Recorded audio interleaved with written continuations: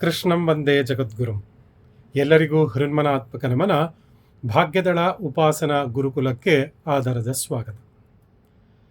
ವರಮಹಾಲಕ್ಷ್ಮಿ ವ್ರತದ ಕಲಶ ಲಕ್ಷಣದ ಮುಂದುವರಿದ ಭಾಗ.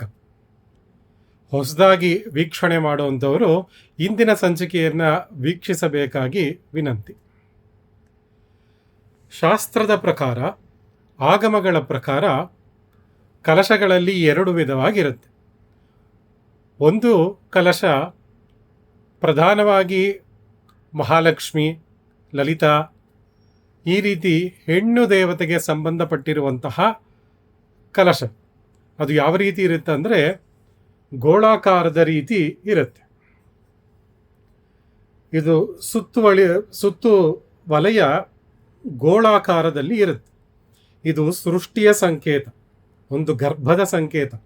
ಹಾಗಾಗಿ ಇಂತಹ ಕಲಶಗಳನ್ನು ವರಮಹಾಲಕ್ಷ್ಮಿ ವ್ರತಕ್ಕೆ ಕಲಶ ಸ್ಥಾಪನೆಗೆ ಯೋಗ್ಯವಾದಂತಹ ಕಲಶಗಳು.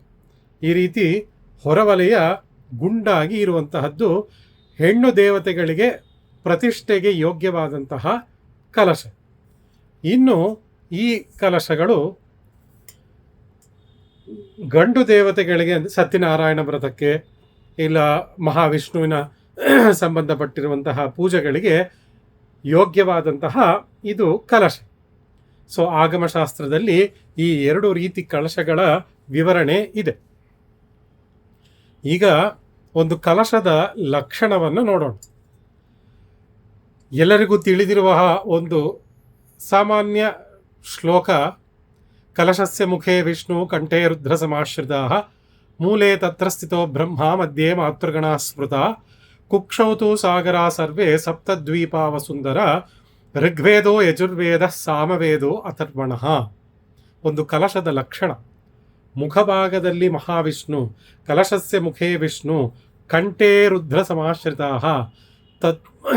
ಮೂಲೆಯ ಅಗ್ರಭಾಗದಲ್ಲಿ ಮಹಾವಿಷ್ಣು, ಕಂಠಭಾಗದಲ್ಲಿ ರುದ್ರದೇವರು, ತಳಭಾಗದಲ್ಲಿ ಬ್ರಹ್ಮ, ಸುತ್ತೂ ಮಾತೃಗಣಾದಿ ದೇವತೆಗಳು. ಇದರ ಒಳಗಡೆ ಉಪಸ್ಥಿತ 4 ವೇದಗಳು, ಸಪ್ತಸಾಗರದ ಜಲಗಳು, 7 ನದಿಗಳ ಪವಿತ್ರ ಜಲಗಳು. ಇದು ಕಲಶದ ಲಕ್ಷಣ. ಎಲ್ಲರಿಗೂ ಅರ್ಥ ಆಯಿತು ಅನ್ಸುತ್ತೆ. ಈ ರೀತಿಯ ಕಲಶ ಸ್ಥಾಪನೆ ವೈಜ್ಞಾನಿಕವಾಗಿಯೂ ಕೂಡ ಇದೆ. ವೈಜ್ಞಾನಿಕವಾಗಿ ಅರ್ಥ ಮಾಡ್ಕೋಬೇಕು ಅಂತಂದರೆ, ತಾಮ್ರದ ಕಲಶ ಇದ್ದು ಅದರಲ್ಲಿ ನಾವು ಜಲವನ್ನು ಸೇರಿಸಿದಾಗ, ಪವಿತ್ರ ಜಲಗಳನ್ನು ಸೇರಿಸಿದಾಗ, ಪವಿತ್ರವಾದಂತಹ ದ್ರವ್ಯಗಳನ್ನು ಸೇರಿಸಿದಾಗ ನಾವು ಕರೆದು ಉಪಚಾರ ಮಾಡಿ ಪೂಜಿಸುವಂತಹ ಪ್ರಧಾನ ದೇವತೆಯ ಉಪಸ್ಥಿತಿಯೂ ಅಲ್ಲಿರುತ್ತೆ. ಎಲ್ಲ ದೇವತೆಗಳ ಅನುಗ್ರಹವೂ ಕೂಡ ನಮಗೆ ಸಿಗುತ್ತೆ. ಎಲ್ಲರ ಹಿತದೃಷ್ಟಿಯಿಂದ ಎಲ್ಲರಿಗೂ ಕೂಡ ಈ ವರಮಹಾಲಕ್ಷ್ಮಿ ವ್ರತ ವರಪ್ರದವಾಗಿ ಎಲ್ಲರೂ ಕೂಡ ಆರೋಗ್ಯವಂತರಾಗಿ, ಐಶ್ವರ್ಯವಂತರಾಗಿ, ಆರ್ಥಿಕ ಪರಿಸ್ಥಿತಿ ಸುಧಾರಣೆಯಾಗಿ ವ್ರತವನ್ನು ಮಾಡುವ ಒಂದು ಸದುದ್ದೇಶದ ಒಂದು ಪ್ರಾಮಾಣಿಕ ಪ್ರಯತ್ನ.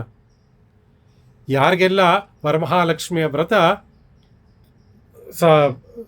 ಶಾಸ್ತ್ರದ ಪ್ರಕಾರ, ಆಗಮದ ಪ್ರಕಾರ ಮಾಡಬೇಕು ಅಂತ ಅನಿಸುತ್ತೋ ಎಲ್ಲರೂ ಕೂಡ ಈ ಸಂಚಿಕೆಗಳನ್ನು ತಪ್ಪದೆ ವೀಕ್ಷಿಸಿ. ಇನ್ನೊಂದು ಸಂಚಿಕೆಯಲ್ಲಿ ಕಲಶದ ಹೊರಭಾಗ ಮತ್ತು ಒಳಗಡೆ ಯಾವ ಯಾವ ದ್ರವ್ಯಗಳನ್ನು ಹಾಕಿದಾಗ ಏನೇನು ಫಲ, ಏನು ಹಾಕಬೇಕು ಅನ್ನೋ ಒಂದು ಸಂಚಿಕೆಯನ್ನು ಮುಂದಿನ ಭಾಗದಲ್ಲಿ ನೋಡೋಣ. ಸರ್ವಂ ಶ್ರೀಕೃಷ್ಣಾರ್ಪಣಮಸ್ತು.